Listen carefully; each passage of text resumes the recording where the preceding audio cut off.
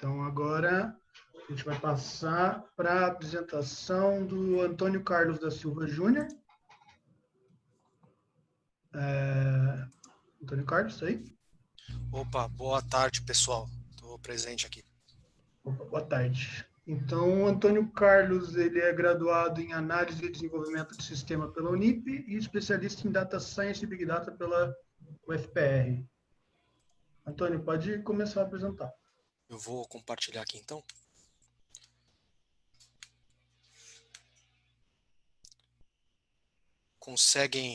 Estão vendo meus slides já? Sim. Então, tudo bem. Primeiramente, então, boa tarde a todos.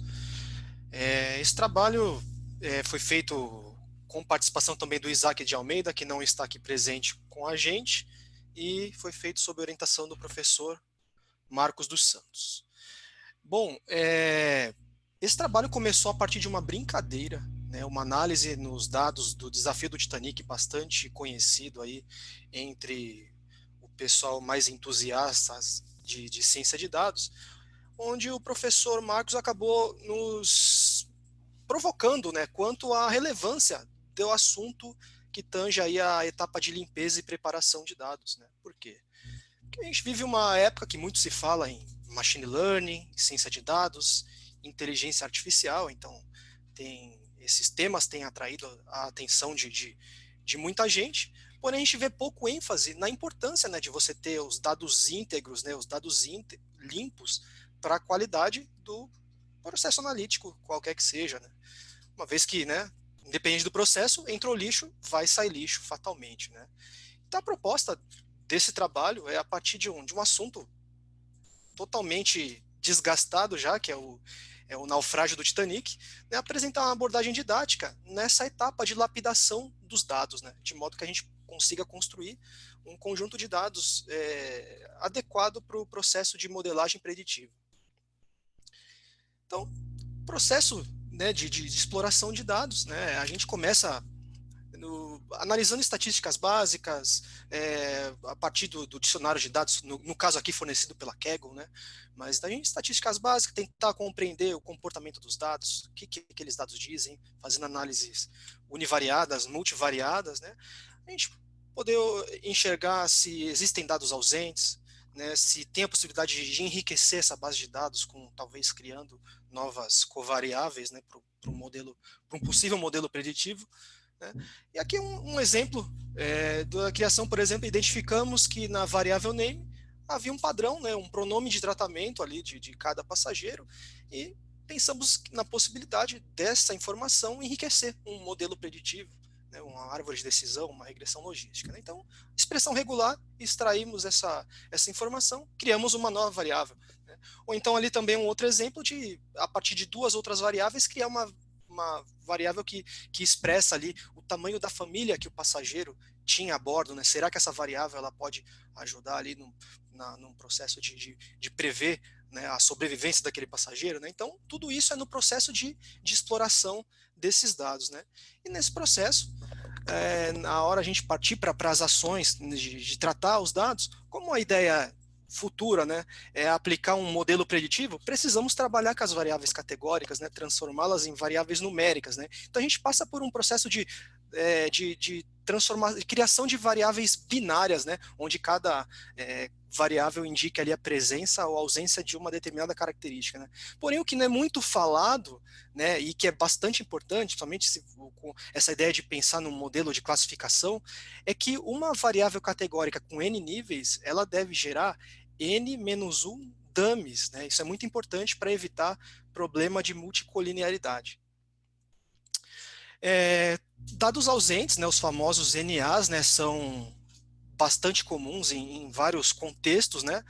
Quando a gente está lidando com Big Data, né, a gente sempre avalia a possibilidade de excluir esses dados, né, já que possivelmente não vão causar uma perda considerável de informação. Só que, no caso aqui do desafio do Titanic, eu tenho um conjunto de dados bastante enxuto, né? Então, excluir dados pode me dar uma perda considerável de informação, né? Então, a gente optou por seguir uma abordagem através de um modelo KNN para fazer uma imputação artificial desses dados ausentes, né? De modo a gente ter um conjunto mais rico, né?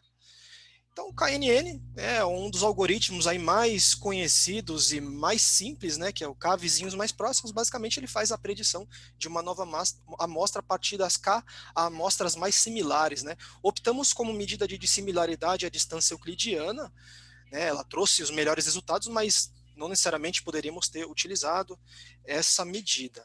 Dependendo da característica dos dados, podemos usar Mahalanobis, Manhattan, enfim, né. E o KNN ele pode atacar tanto problemas de regressão quanto de classificação. Então, para variáveis quantitativas, isso caracteriza um problema de regressão. Então, a previsão essa imputação é feita com base na média das K amostras mais próximas, podendo essa média ser ponderada pela distância, né? E para variáveis categóricas, por ser um problema de classificação, que é o mais tradicionalmente conhecido KNN, né, a aplicação, a imputação do valor é com base na classe mais frequente entre as K amostras mais similares. E é sempre também importante lembrar que o KNN é altamente influenciado pela escala dos dados, né? Então é muito importante a gente fazer a centralização e o escalonamento das covariáveis do modelo, né? Mas a gente falou tanto em K, né, como que eu descubro qual o valor de K utilizar, né? Então, a gente definiu um vetor de valores de K, né? Fizemos o treinamento e a validação de um modelo KNN para cada vetor, né? E escolhemos o modelo que apresentou a melhor métrica de avaliação. Porém, né, ainda mais por ser um conjunto de dados pequeno, né, a gente pode sim ter um problema de viés e de variância. Então, com a ideia de reduzir essas duas variáveis, né, a gente utilizou a validação cruzada, né? Então, aqui uma ilustração do dilema viés e variância, né? Um modelo que aprende pouco com os dados, né? A gente vê aqui mais à esquerda, né? É um modelo que ele tem um alto erro, né? Um alto vício, um alto viés. Então, é um modelo ruim, ele não vai atender. Ao passo que um modelo que aprende, então ele tem um problema de underfitting, né? Conhecido esse termo, né? Ao passo que um modelo que aprendeu demais com os dados, ele vai ter um baixo viés, porém uma alta variância, porque ele não vai ter um bom poder de generalização, né? Então ele é um problema, ele nos dá um problema de overfitting, né? Portanto, a ideia da validação cruzada é encontrar esse ponto ótimo aqui, né? Um ponto que reduz ao máximo o viés e a variância. E entre essas técnicas de validação cruzada, que são técnicas de reamostragens, optamos pela validação por K-fold, né? Que basicamente é a separação aleatória dos dados em K partições, onde cada uma das partições, em cada uma das iterações, é utilizada como validação do modelo, e ao passo que as outras são concatenadas e utilizadas para o treinamento. Em cada iteração é calculada uma métrica, né, e ao término a gente tem a média dessas métricas, né? Então, essa é uma forma que a gente encontrou para reduzir o problema do viés e da variância, né? Aqui um exemplo de uma saída, aqui foi aplicado na variável idade, que tinha 20% de dados ausentes, né? Então, com K igual a 6, encontramos um modelo que resultou no menor erro médio quadrático, né? Então, ou seja, ele trouxe um bom resultado. Então, a gente ali teve o sentimento que a imputação ocorreu com sucesso, né? Um ponto aqui que a gente também pensou em tratar a questão da localização da cabine do passageiro com relação ao ponto de colisão com o iceberg, né? No entanto, a gente imaginou que essa relação poderia trazer uma informação bastante relevante para um futuro modelo preditivo. No entanto, é uma variável com 77% de dados ausentes, então a tentativa de imputar esses valores por KNN não teve sucesso, ela causaria mais problemas do que benefício, né? Então, também aqui faz parte do processo exploratório e de tratamento de dados você identificar ali que, poxa, não vou trabalhar, eu vou ignorar essa variável que vai ser melhor para o meu modelo, né? Então, para finalizar aqui, né, a gente conseguiu, a partir desses métodos, construir um conjunto de dados lapidado, né, preparado, para tentar técnicas de modelagem, então, regressão logística, modelos ensemble, árvore de decisão, enfim, os dados estão tratados, agora basta descobrir a melhor técnica, né? Também constatamos que essa abordagem, embora ela seja extremamente didática, ela reflete sim situações do mundo real. né? Somente falando de dados ausentes, né? Então ela pode sim servir como base para outras situações, né, mais complexas, né? Constatamos que a aplicação do KNN para imputação de dados ausentes, ela é totalmente viável, né? O KNN é um algoritmo bastante simples, é fácil de identificar, ainda mais utilizando validação cruzada, que você teve sucesso na imputação dos valores, então é totalmente plausível essa abordagem, e a gente tentou, com esse trabalho, demonstrar a importância da análise exploratória do tratamento dos dados. A gente acompanha aqui o workup, diversos trabalhos, um melhor do que o outro, mas acho que a maioria deles tem em comum é que, se os dados não estiverem, né, num formato adequado, o resultado final também não vai ser o esperado, né? Então, independente da análise, a mensagem é a atenção total nessa etapa, né? É muito importante ter os dados íntegros e os dados limpos, independentemente do processo analítico. Então, aqui são as referências que nós utilizamos nesse trabalho, e também eu deixo aqui, os meus contatos estão nesse endereço aqui, e aqui o endereço, o repositório no GitHub, com esse trabalho completo. Ele foi feito em R, todos as funções, validação cruzada, enfim, todos os tratamentos estão lá. Quem quiser acessar, fique à vontade.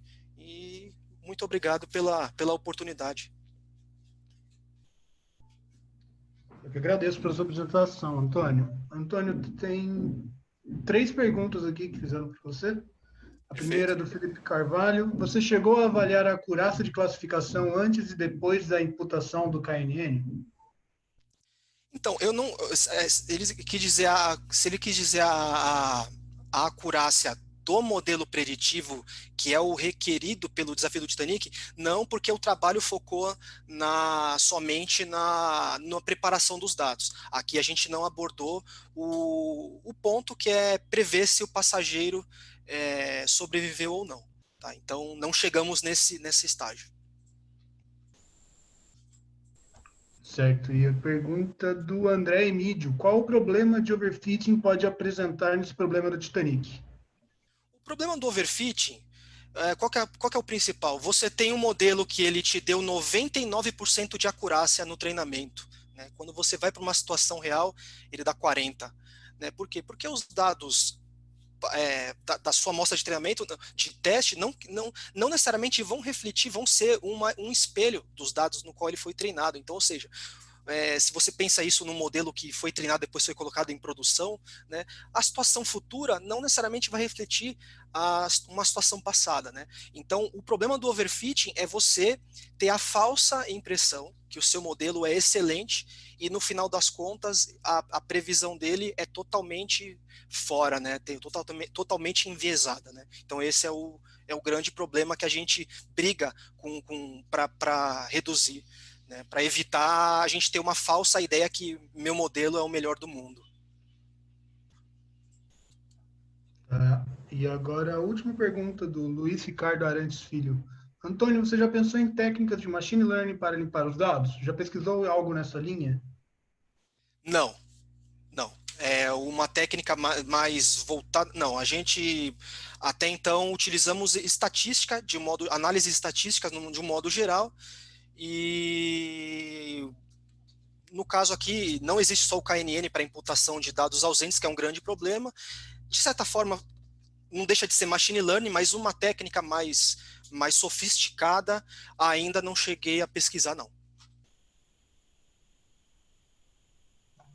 Tá certo, então acho que se encerra. Já foram todas as perguntas. Muito obrigado de novo pela sua participação, muito boa a sua palestra. E é isso. Mais alguma coisa? Não, eu só agradeço a todos pela oportunidade e parabenizo também pela qualidade do evento. Muito obrigado.